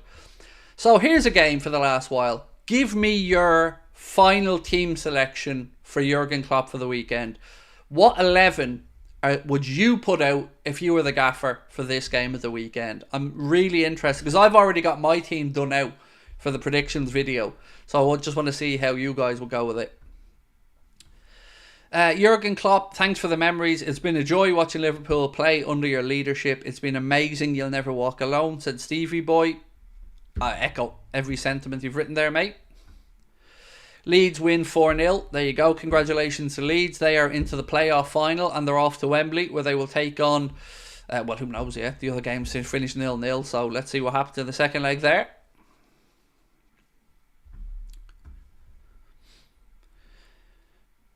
Same as Villa started for Barry. I know I've certainly made at least 2 changes, I think, from my last one. Right, here's the first team that's gone in from the Red Machine. Said Alisson, Robbo, Van Dijk, Kwanzaa, Bradley, Maka, Trent, Elliott, Gakpo, Nunez, Salah. Yeah, I think Trent will end up at right back, but I can absolutely, I'd watch that team you've put out. Dylan, Gary, how are you? Or Geary, excuse me, mate. Said Alisson, Trent, Kanade, VVD, Gomez, Endo, Maka, Elliott, Salah, Gakpo, Diaz. I gotta be honest, mate. I don't feel Kanade deserves to start after his shaky form lately. I think Kwanzaa would be my nod, but again, I do respect your 11. I asked you for your opinion. You've given it to me.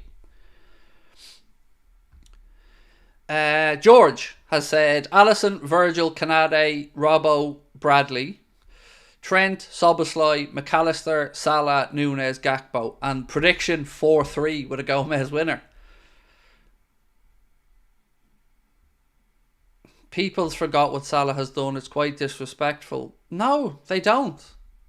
That's just a stick that people use to beat people who have a different opinion with, mate. And I'm going to be respectful of you, but we've never had anyone since Rush, 25 goals minimum a season goals. But nobody's questioning it. This is what I don't understand in these debates, mate.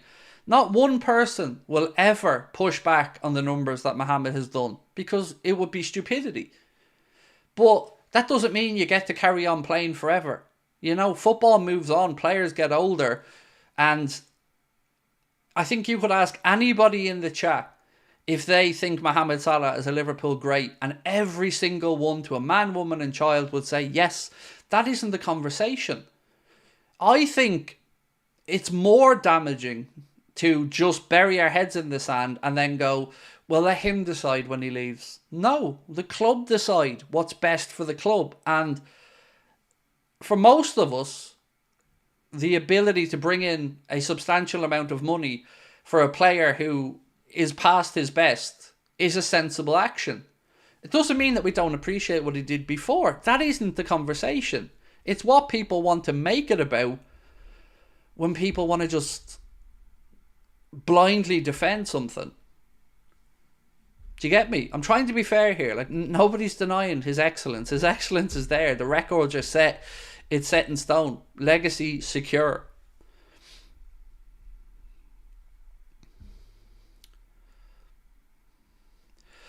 Do I think Kelleher will leave in the summer? Yes, I do. I've not nothing on it information wise. One thing actually that was weirdly said was he could be an option to go with Pep Linders to Salzburg.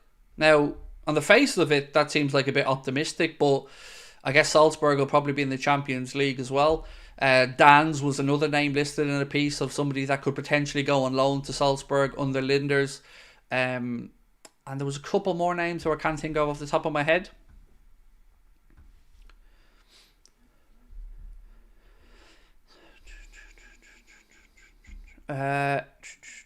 If you love your club, you have to understand that at one point the player needs to drop him to save him from the critics.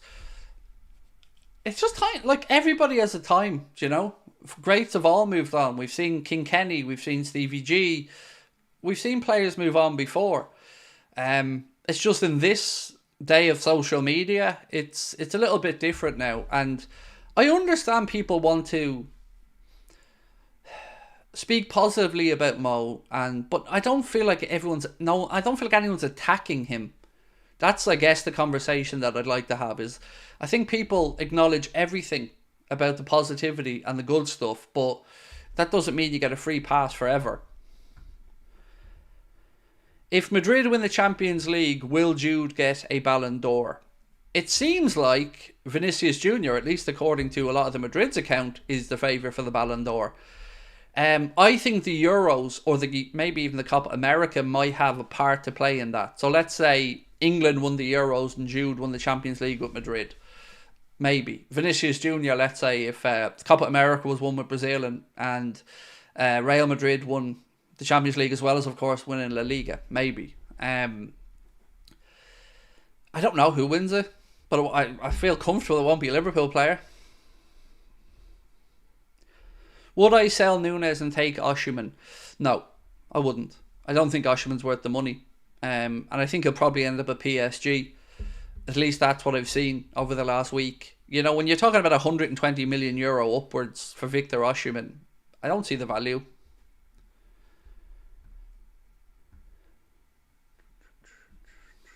Would Real or City be keeping Salah? I don't know the answer to that question, you know, because Real Madrid have kept Kroos and Modric, but in bit part roles, I guess. I don't know the answer with Manchester City. Probably not. I tell you, I don't think.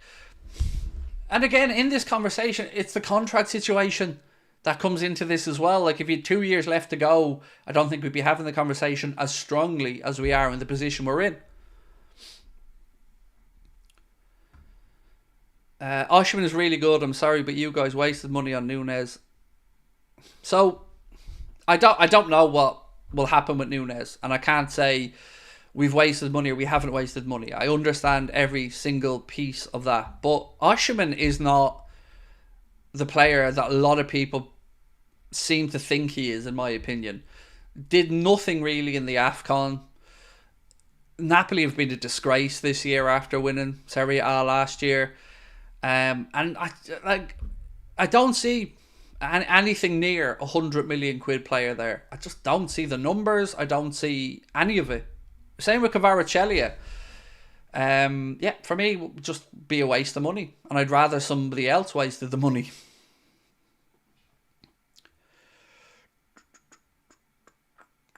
Can you imagine if Darwin clicks under Slot, will be instantly raved about? I hope he does. I hope Darwin feels okay and that he wants to stay. But again, there's a lot of hypotheticals here. We'll know after the window. Do I rate Jones at all?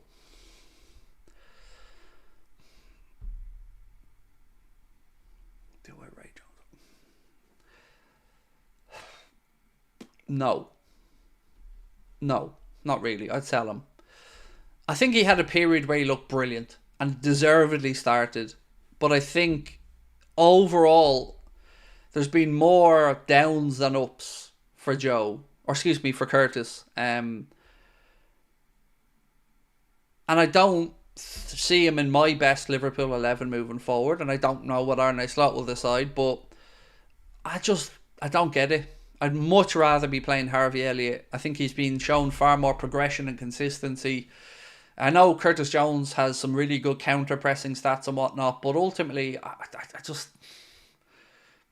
I'm not that fussed with the lad. Yeah, I think he will still stay, but, you know, would I sell him if an offer came in? Yes.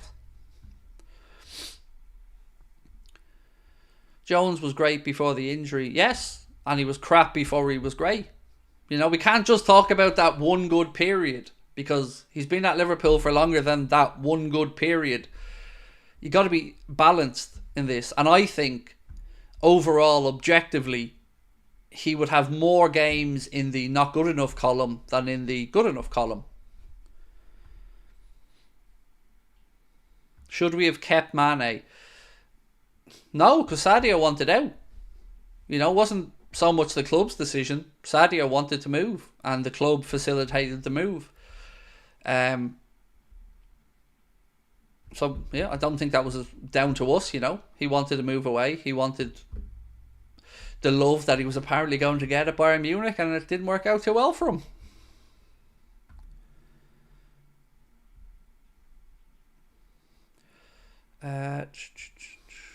Edwards isn't going to do Pep any favours. Maybe with a couple of loans, though. You know, you could maybe facilitate a couple of loans because you know the coaching that you're going to get from Pep Linders and stuff. But yeah, I certainly wouldn't expect any favours on sales. I wish we kept Firmino for one more season. Well, there was a report yesterday, actually, that said Jurgen Klopp would have kept Firmino and Fabinho, but that they wanted a way out of the club. Especially no, sorry, that was Fabinho and Henderson. My apologies, Bobby didn't want a way out of the club. His contract just came to an end, and Jurgen would have extended that according to a report yesterday. But what shocked me was the Fabinho wanting to go. So the piece said Fabinho and Henderson basically forced their way out.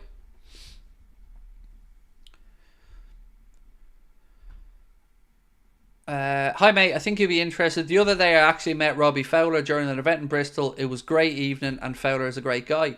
I've had the pleasure of meeting him a couple of times at fan events myself that I've paid for to go along and, you know, get something signed by Robbie. And yeah, he is. He's my favourite Liverpool player ever, mate. I love Robbie Fowler. Yeah, he's brilliant. And yeah, I just love him. I think he's amazing. So I'm glad you had a positive interaction with him, because certainly the couple of times I've been lucky enough to say a quick hello to him, he's been very pleasant.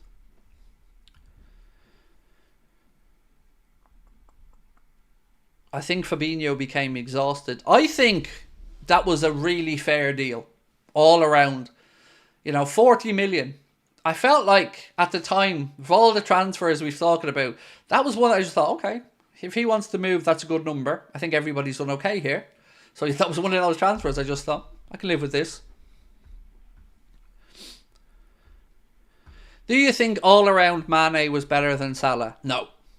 Absolutely not. I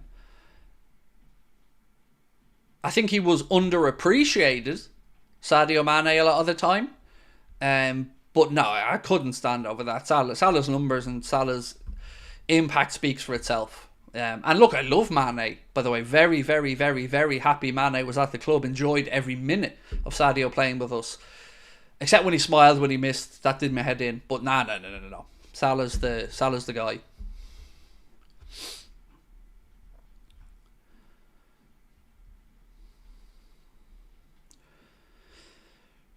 Robbie Fowler has a very impressive real estate portfolio here in Australia on the Gold Coast. I think he has a very impressive portfolio, full stop, George. You know, I think Robbie Fowler has always had his head screwed on in that regard with real estate and property. Fair play.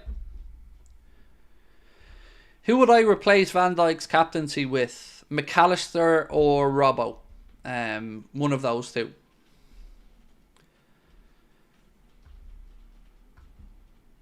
Would you...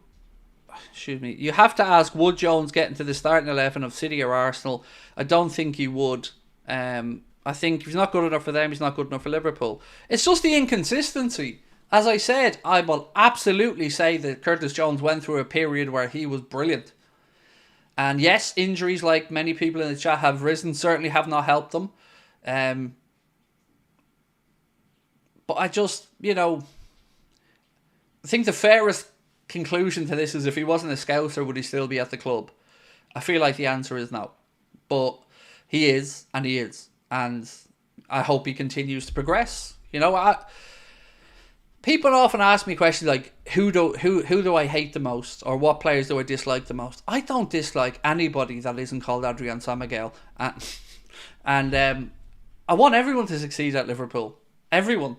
But if they aren't, I'm not going to say they're doing well when they aren't. But I want everyone to succeed. Not made me happier than coming on here and going, whoop, hands up. I was wrong about Jones. He's been absolutely brilliant. I was very happy to say that, because it's good for the club. And if it's good for the club, it's good for me.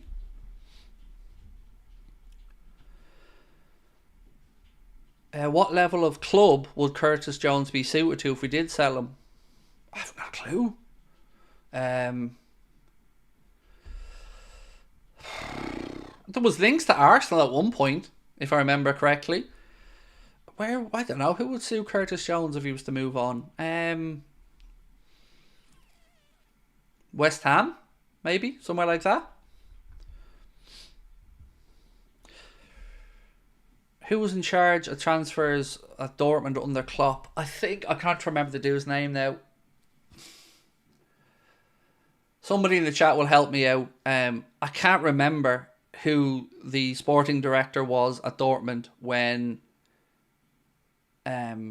Klopp was there, but I should know the answer to this. I just don't have it off the tip of my mind, sorry.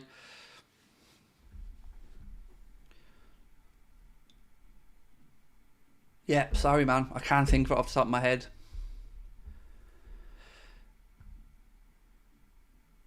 Craig, not telling you what to do. Sorry, Craig, not telling you what vids to do, but could you do a vid of what you do with the current squad? Sell, loan, keep. Oh, it's in the works, mate. Don't worry. That's one of the videos I'm definitely going to be doing at the end of the season. At the moment, I'm just putting together my end of season player rating scores for the squad, and after that, I'll do that exact video, mate. Always feel free to throw in a video suggestion to me, bro. It's a community channel. I want your suggestions. I want to know what type of things you guys want to see. Michael Zork, my man, thank you. Yes, that was the one. Thank you, guys. A couple of you in there straight in. Michael Zork, yes, thank you. There's your answer. Fowler or Owen, who was the best striker? For me, Robbie Fowler. He's called God for a reason. And I was never really able to take to Michael Owen as such. But again, I'm not going to say that the man wasn't an incredible striker, he was. But for me, I'll always be on the side of Fowler. And also, Fowler's a left footer. I'm a left footer. I have a softer spot for left footers. Fidget, there you go. What do I think of Osimhen might go to Chelsea? I could see him more at Chelsea than at Liverpool, definitely. What have I seen about Chelsea though? I've seen something about Chelsea and the striker, and I thought to myself, that makes sense. Who was it?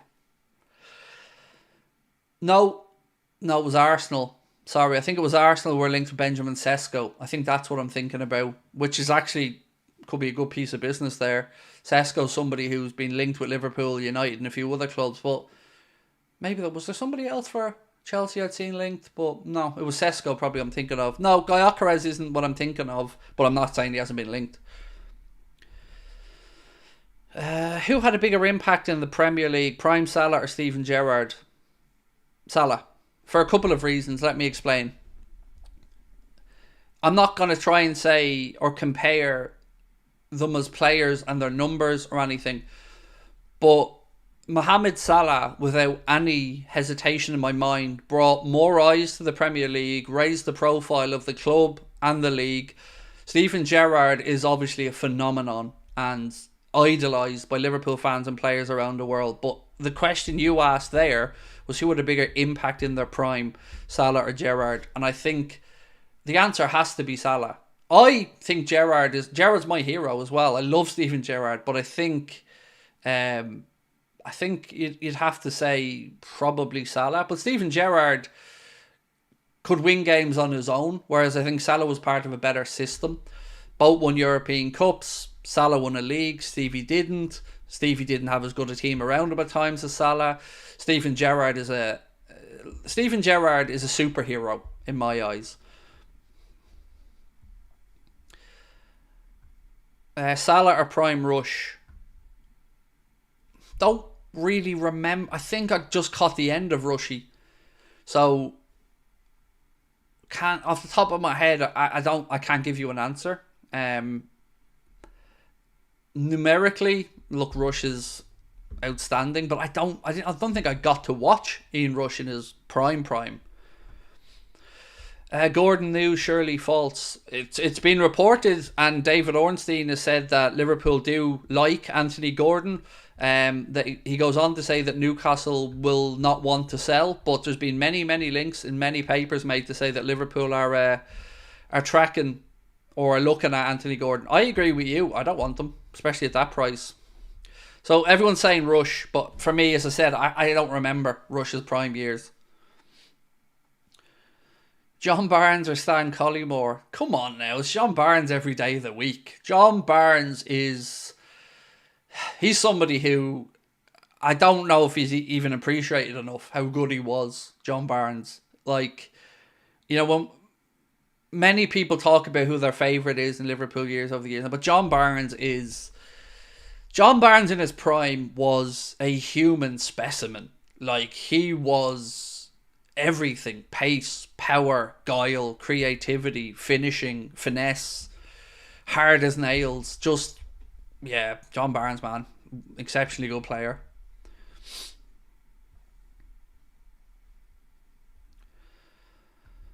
What player did I expect more from this season? Really good question, Will. What player did I expect more from this season?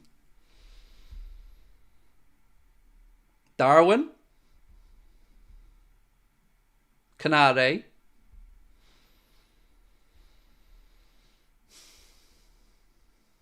Diaz? By Cecic, but for obviously injury reasons, that's the reason he didn't quite get that. Szoboszlai probably as well, but I think he will come good. I think there's been a lot of players who have done okay, but we know are capable of better. And I know the level of Dominic Szoboszlai, and you know, when we get him, and I believe we will get him all firing on all cylinders, whew, I think he's going to be phenomenal.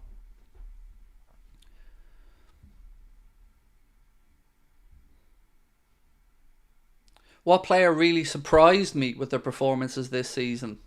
I probably should answer Connor Bradley, but he hasn't surprised me because I've always believed he was that good.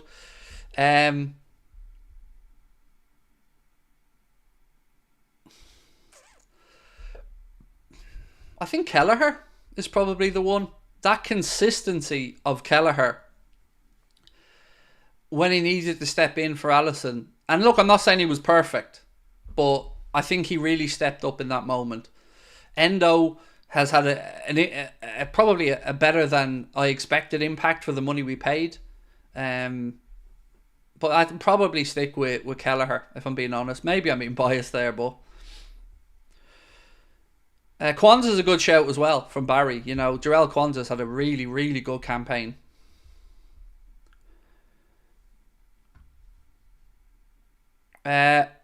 X-Spider said, don't agree with Szoboszlai. All season he's been played out of position. Look at Hungary. He never played as an 8 for them. He's brilliant when he goes with them.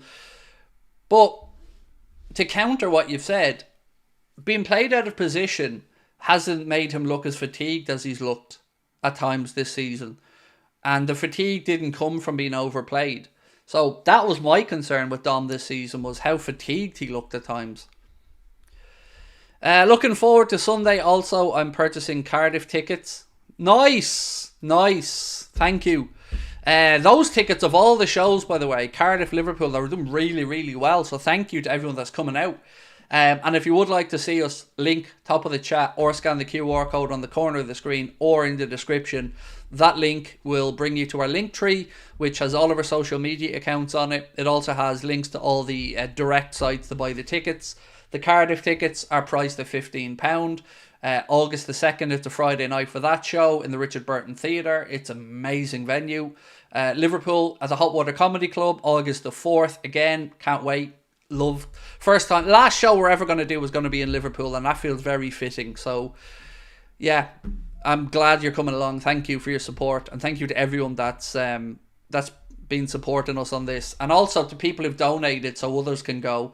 I think I said this earlier on. I think it's now 12 or 13 tickets we've been able to provide for people who are going through a difficult financial time at the minute. And as always, like we promised, these things are all private and confidential, but it was only because of your amazing support that could happen as well.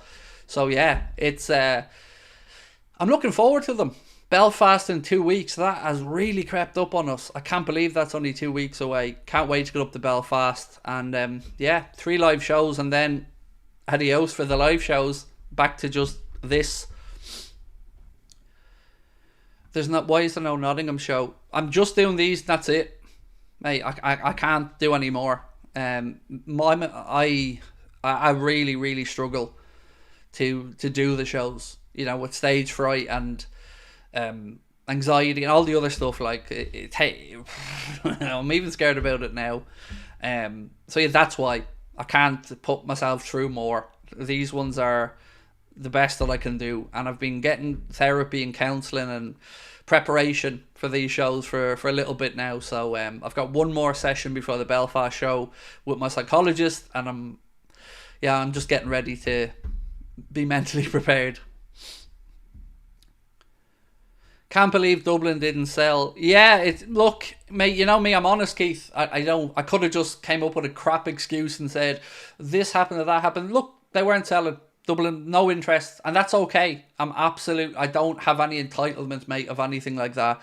But the problem that we had to pull Dublin so quick was it was a very expensive place to put a show on, and the numbers involved we had to do it. So yeah, I won't lie to you, mate, that one hit hard because Dublin's where I grew up, you know, and you feel like shit. My hometown doesn't like me, which is, again, it is what it is, but.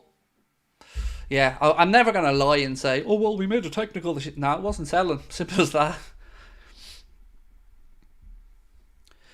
that. You may change your mind. You may love it. I've already done one. We did a Dublin show last August, and I did love it afterwards. I love the part where I got to talk to everybody and come down and have a drink with them, take photos with them. I loved all that. And that's why in the future we'll do just meet and greets, where we're still going to come out and about and meet the Anfield Agenda community, but we're just not going to do stage shows about it. We're just going to come to supporters clubs or bars or areas where you guys convene, and yeah, we're just going to pop in, say hello and have chats.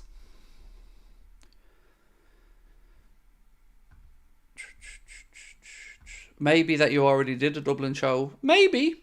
Look, it is what it is either way, you know. It is what honestly, I take this with a pinch of salt, mate, all the way through. Dino the Lion, thank you, mate. Welcome to Anfield Agenda FC. But you know what's really helped and cheered me up? Cardiff and Liverpool are showing up, man, and that's been amazing. You know, we sell the tickets direct for Cardiff ourselves, so we've just hired the venue and then we're in charge of ticket sales, so I get to see live updates on them, and I couldn't believe it. Inside the first 5 days, like, heading towards 30% of the tickets went that quickly, which is phenomenal. Same with Liverpool. So yeah, it's we're putting together as good a show as we can, and I just hope I don't shit the bed. Right, my friends, I'm feeling extra queasy at the minute, so I'm going to say my goodnight to you. Hopefully I should be alright to stream tomorrow, but if I'm not, I will see you guys on Sunday, because Saturday's my day off, but I hope to be on tomorrow, and yeah, we'll see you guys at 8:30 hopefully. Thank you for dropping in as always, and don't forget to drop a like before you head off. We're only 24 away from 500, so if you could do that on the way out, that would be amazing. Fury or Usyk? I want Usyk to win. I think Fury might do it on points, but I want Usyk to win because I like Alexander Usyk. So, my friends, I will chat to you hopefully tomorrow. Much love. Bye-bye.